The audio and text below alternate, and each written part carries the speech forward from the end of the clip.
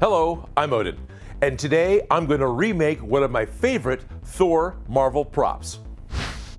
I'm going to remake Mjolnir, but this time it'll light up. Thor is the first MCU character to get his 4th movie, and so for this video, I want to remake Mjolnir for the 3rd time. And for the 2nd time, I'm going to use the same light burn laser cutting pattern to do the outside details, because on this one prop, I'm going to make it light up. Now, I plan on building the same prop, but I don't want to build it the same way. I want to build the main body out of Plastazote foam and then also have a glued skin of black craft foam put over it. That's because Plastazote foam is actually translucent to light. It'll let the blue light of the hammer shine through, and black craft foam is not. So the benefit of this is by gluing these two together, I can laser cut through the craft foam to let the light out, but then only lightly etch the craft foam for all the details that I want to keep black. Plus, everything will just be black and it'll be easier to hand paint. I cut a large piece of 2mm craft foam and mark the edges of the craft foam onto the Plastazote foam, and then cover both sheets with contact cement. And I'm very thorough with applying the cement, because if I miss a spot and make an air pocket, I know that that is right where something important will be cut out for the hammer. Before I can start cutting the foam, I need to modify my file slightly. The previous hammer was one of my first laser projects, and I didn't separate the type of cuts the machine needed to make. I assumed that each cut path would be done separately. Well, when the software interpreted the same color of overlapping cut shapes, it decided some of those places were areas not to cut. So after adjusting the file, I was able to get 3 types of cuts made. I kept the single line that was just a full cut all the way through the foam, but then I modified one that only etched the surface of the 2mm foam, and then adjusted another that would actually remove the 2mm foam. And this time I did get all the cuts that I wanted, but maybe it didn't quite go as deep as I'd wanted. I have a diode laser, not a CO2 laser, so it's not as good for cutting through transparent things like the Plastazote. So the laser sort of just stopped at the glue line, because the translucent material doesn't provide enough resistance to be cut with a diode laser. But the 2mm craft foam is easily cut, so I have really accurate cutting guides to follow. The big sidewall pieces are all cut out with a 90-degree angle, and the smaller side panels need to be cut with a 45-degree angle along the long sides. I appreciate having a tool with an angle guide to keep these angles the same. All the circles are just cut with a hobby knife and a number 11 blade. I used contact cement to glue the small angle pieces to the large flat-sided panels. And for now, I just want a 3-sided box, so I'm going to glue the bottom on after I get the lights working. I made a box. What a shock.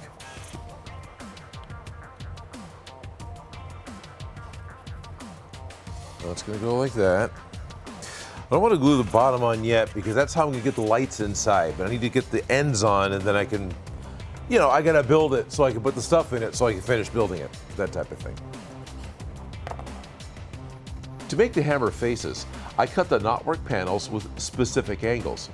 The short sides are still just 90, but the side that glues to the body is cut at a 60-degree angle, and I kept the cuts on the hammer face to be 90 degrees. And the angle on this side of the knotwork is actually 30 degrees, so the profile of each panel basically makes a right triangle. One thing I was also doing, and didn't mention before, is lining up all the cracks on all of the panels, because the artwork does line up and work together.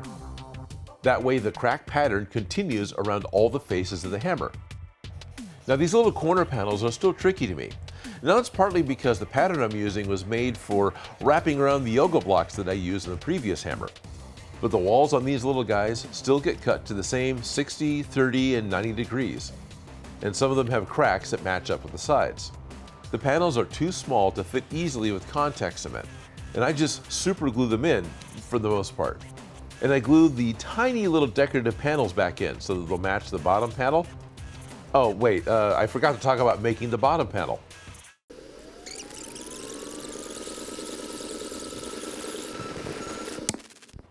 The way I made the bottom panel is with 3 separate pieces, because there's a wide panel line that runs under the hammer. It's about 2 millimeters deep.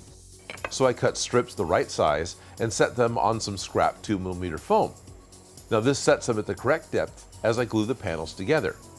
I can just trim the extra off and glue the sides to the center. The little knockouts need to be glued back in place as well. That way it continues the panel line look. And now we can go back to where we were. The top center circle has the rune inscription on it, and to let it light up, it can't be glued on top of another piece of foam. My other Mjolnir's top circle is 4mm thick, so I superglue this circle into the hole so it sticks out about the same amount. I'm going to hold off on putting the bottom panel on for the moment because I need to put the LEDs in here so it'll actually light up. And I don't want to just stuff LEDs in there, right? They need to be mounted to something. So I'm going to make a smaller hammerhead that fits on the handle that can fit inside of this hammerhead. And so this smaller box is where I'll put the LEDs. So let's figure that out. Now, designing the part is pretty simple. I just need a small box that has a hole for the handle and a hole to fit the rechargeable battery. And I can laser cut this shape from thick floor mat foam. I just stack identical pieces to make the shape that I need. Then I can contact cement the layers together. 9 layers of floor mat foam is all I need to cover up the battery pack. And that amount will still leave a little bit of open space inside the hammer so the LEDs have a place to stick and glow. And I place the battery so the charging cable access is inside the thick panel line near the handle. I mark where the wooden handle sticks out from the foam, a guideline for leather placement. So the whole point is to make the hammer light up. And the hammer doesn't light up all the time, right? In the movie, it isn't always glowing, which is good because that means the battery will last longer and you can do a little bit of a flashy move when you want to do some pictures with it. Of course, it won't be bright enough to be seen in the sun, but you know, that's okay. What I need to do is put a switch in the handle. Of course, I've got a hardwood handle. I've got it drawn to where this is the glue point where I'm going to have the hammer head. This trail I need to cut out so I have a place for wires to go underneath the leather wrap. And then in this square is where I'm going to put the momentary switch. So the idea is you've got a little switch right here so you can pick it up and press it with your finger and it lights up. And when you let go, it doesn't light up. And it's not a big movement, so it's not totally obvious what's going on. Let's get this stuff cut. To make the cut, I'm going to use my speed saw rotary cutter. My vise will hold the dowel steady, and the flat tops of the jaws help stabilize my cut on a round object.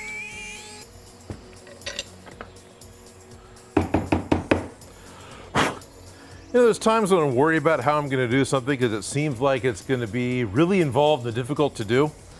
I'm sure I'm glad when it suddenly works out easily. I start digging through my disaster boxes of electronic gear, looking for the wires and switches that I want to use for the LED strip. This is all I need.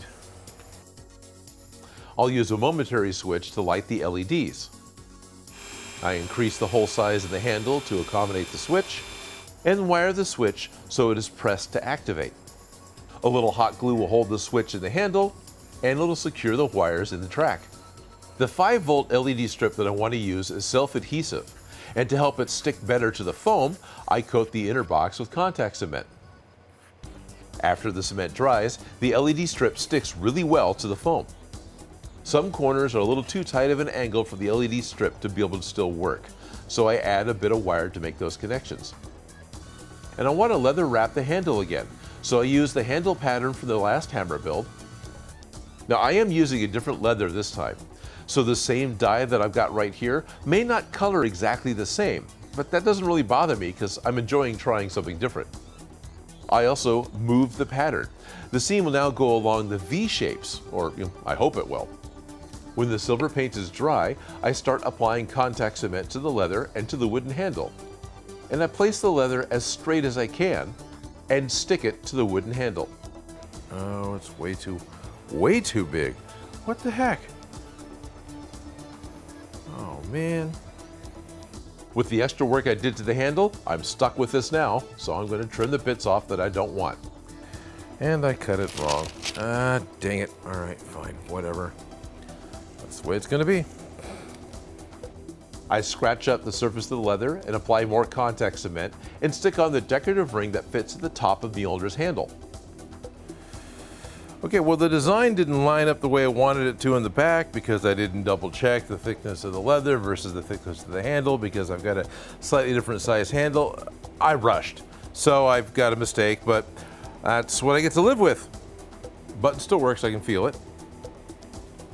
Double check before I commit too much further.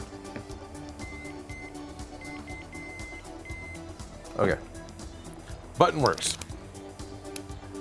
The next and last main piece I have yet to create is the pommel, or whatever the non-business end of a hammer is. Basically, I just need to heat up some plastic, get my conchos, and melt everything together again. To make the pommel, I heat up a piece of 3mm thick styrene plastic. Once it's nice and soft, I start the pommel shape. And then I finish that stretch with a smaller PVC pipe. I break the excess off that I don't want and trim the edges, and a little sanding and a little shaping, and some help from my rotary tool, and I get the shape that I want. I need to add a hole in the sides for the leather strap to fit through. And test fit the parts, and I'll attach these bits later. I add a little super glue and a little Gorilla Glue so the handle will be secured inside of the prop. The power source for the LEDs is a cheap rechargeable power bank or phone charger. I solder wires to the USB output and connect them to the switch and the LED strip. And eventually I get the LEDs to light up with the press of a button. I wrap some Plastazote around the top of the wooden dowel. Now I probably should have added a cap as well. And I can put the LED core into the hammerhead. It lights up, but not as bright as I wanted, but it is working. So I go ahead and add the pommel piece. I had pre-drilled a hole for the screw to fit into. And the plastic pommel slides over the leather strap and gets glued to the wooden handle. Now, like the previous two versions of the hammer, I purchased a set of Mjolnir Conchos to go over the sides of the pommel. And they're too flat to be a good fit. So I need to bend the conchos a little bit. Next, I need to drill a 6mm hole for the screw post to fit into. And super glue will hold the conchos in place. All the physical parts are in place. I just need to add paint and improve the cracks. Now, painting is very easy. I start with a dark silver and sponge paint it right onto the foam. Now, the paint I'm using here is Samurai Sword from Plaid Effects Paints, and I'm applying the paint with a torn piece of project foam. Because sponge painting really works for me. It doesn't fill in the cracks, and the slightly patchy look that it gives is good for the metal hammer. And it even works over the scroll work. After I have a full coat with dark silver, I start to add a lighter silver color. Now this paint is just a Delta Craft paint, and it's a bright silver. So I try to be more selective with where the paint is going, because I want to add bright highlights, not another full coat of color. It only took about 20 minutes to paint the entire hammer. Since the laser did not fully remove the black foam from the cracks, I start to use a foam cutter to open the cracks back up. I just want to expose the Plastazote foam that's underneath and allow the cracks to glow brighter. I'm only using a foam cutter right here, but shortly after I turned the cameras off, I got my wood burner out and opening these cracks back up went just a little bit faster.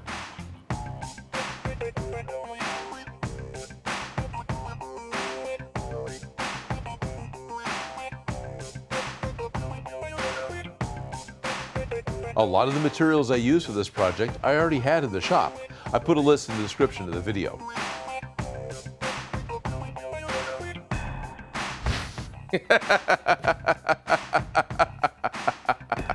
Yeah, that's cool. I'm really happy I've got a light up version of Mjolnir. And it is the third one that I've made. Yeah, 3. So I've got this one that lights up. I had made one previously that's a stunt version. It's just got the cracks, it's got the right look.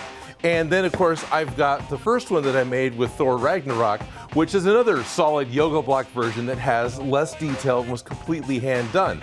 So it's kind of fun that I've got 3 different versions with a progression of ability, of ideas and how things work. I mean, there's not a huge difference between these two except for maybe the leather of the handle, but it's neat. It's fun that this one is hollow as opposed to solid, right? I don't know if you can hear that, but it was interesting to put this together.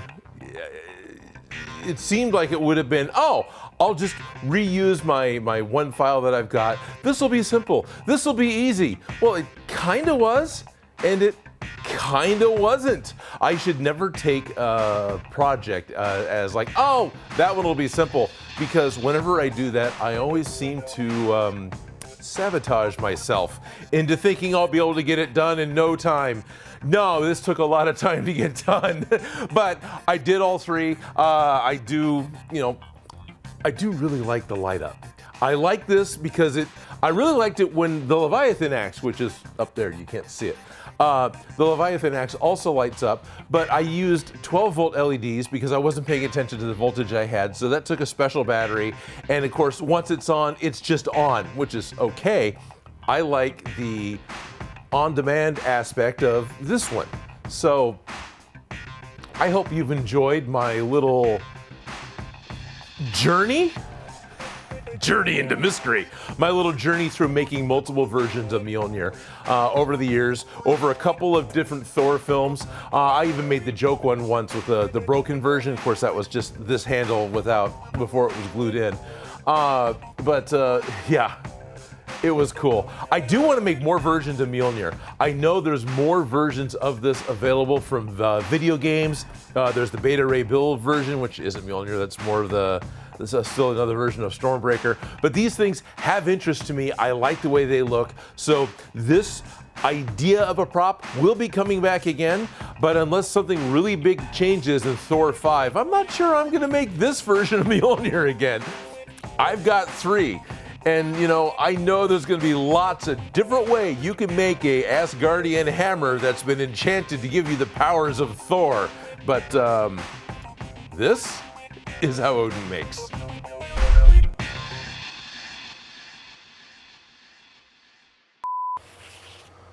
What I want to do is, well, cut the parts out. Sounds really stupid to say out loud. Of course you want to cut the parts out.